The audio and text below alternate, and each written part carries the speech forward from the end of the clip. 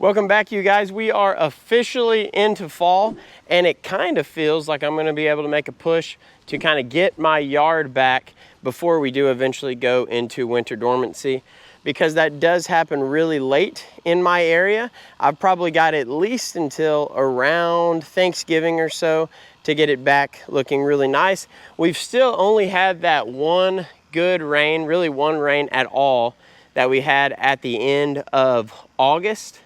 And that's been since June. So really, in the last 100+ days, it's rained one time. But I have kind of found a new tool or method that's kind of been working for me, and it's this right here.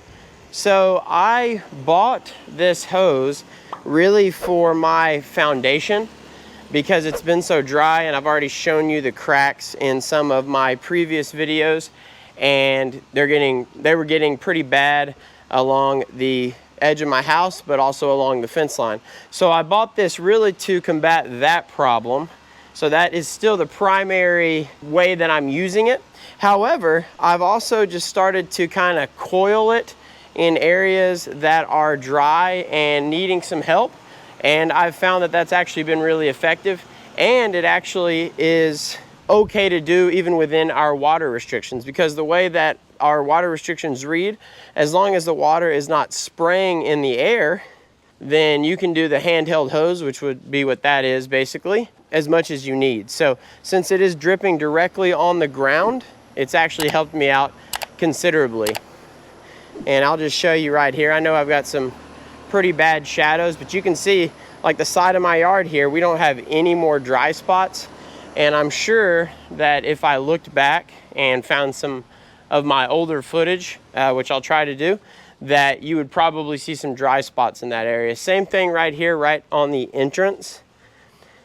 This area was really, really dry, and I coiled up that drip hose and it did the job. And I just kind of plug it and let it go for, an hour or so, and it's been really effective. Now, I have no idea what that's going to do to my water bill. That kind of remains to be seen.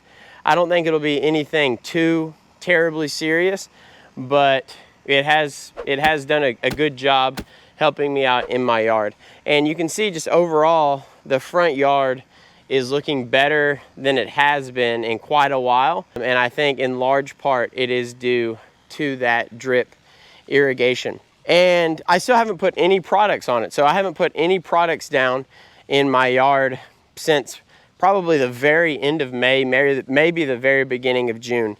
And it's looking like this right now. Now I do have some seed heads that have popped up that you'll see. And the seed heads, obviously, if you've seen any of my previous videos, you know that they're just kind of something you're going to have to live with Bermuda grass, and they are a sign of stress in the lawn. And again, if you followed along, you know that we've had plenty of stress in the lawn to go around in the past few months because it's been super, super hot, and we've gotten very, very little water. And I haven't been feeding it. So it could be a number of things, the reason that those seed heads have popped up.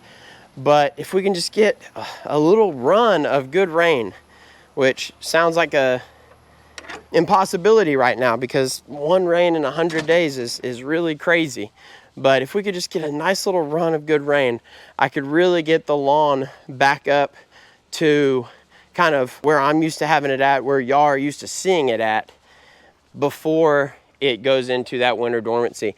And you can see even in the backyard, now the backyard you have not seen as big of a difference as the front yard, but even the backyard is significantly greener. And I haven't even put out the tripod sprinkler. I've just been going with that drip irrigation method. Now I think this evening I might set out the tripod for a little bit and just let it go. And what I've been doing is basically going to the spots that are really clearly dry. So like this would be a great example. And I have just been coiling the hose in that spot and letting it drip there for a while. And it's really done a really good job for me. And, kind of even surprisingly, and it's a lot easier than standing outside with your handheld hose, and it's just dripping. So it's not anything to where you're just using tons and tons and tons of water. So I don't know if that's anything that any of you guys have ever tried, and I don't even know, necessarily how durable that hose that I've been using is, because it is primarily supposed to be used just to water your foundation, but it's really been doing a good job for me, and I've been really pleased with it. So let me just show you basically how it works. So first of all, you can connect as many of them as you want. I got 200 feet of it, but you just connect them at these little connections right here, and each one has its own cap. So you would have to take the cap off, and then you just have to make sure that the one at the very end has a cap on it.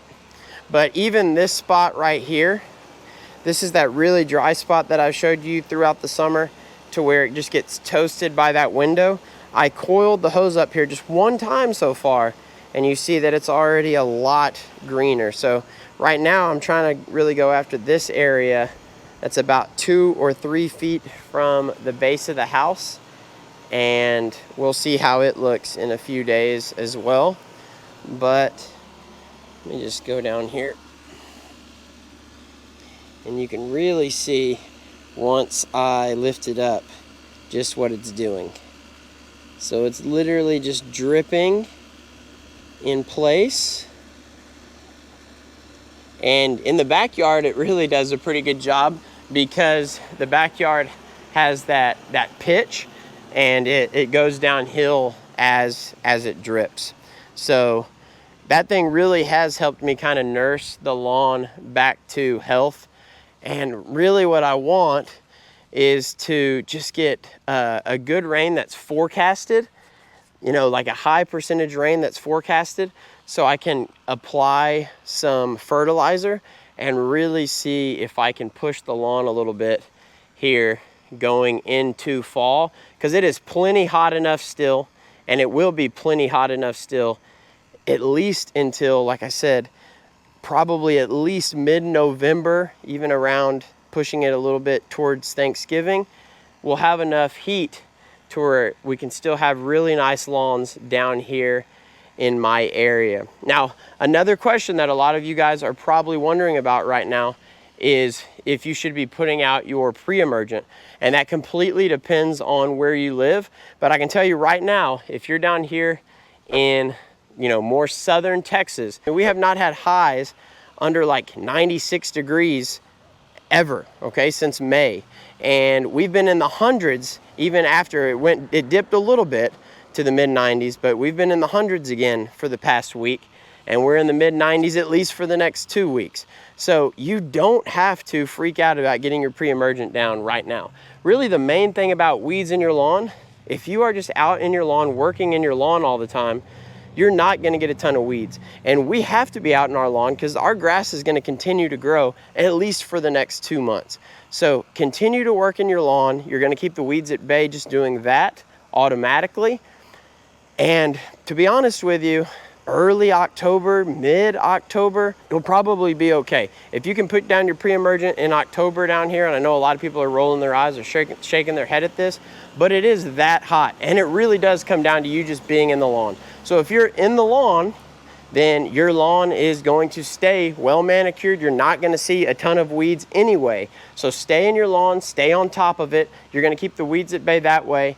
And then when we get into October, then that's when, if you're in my area, that's when you can really start thinking about putting down that pre-emergent and giving yourself that extra layer of protection from those winter weeds. Okay, y'all, I know that was a lot of rambling, but I really am pretty excited about where the lawn is already with no products and really still no extra water, because it really has come a long way just from doing a little extra. And I'm excited about what that little drip hose has been able to do for me. So it's been pretty cool. But I think I'm gonna go ahead and wrap it up right here. I hope y'all enjoyed the video. If you did, please leave it a like. If you're enjoying the content and you want to continue to see more of it, hit that black subscribe button below. And if you have any questions, comments, concerns, leave those in the comment section below. I'll see y'all again soon. Lawn Insider out.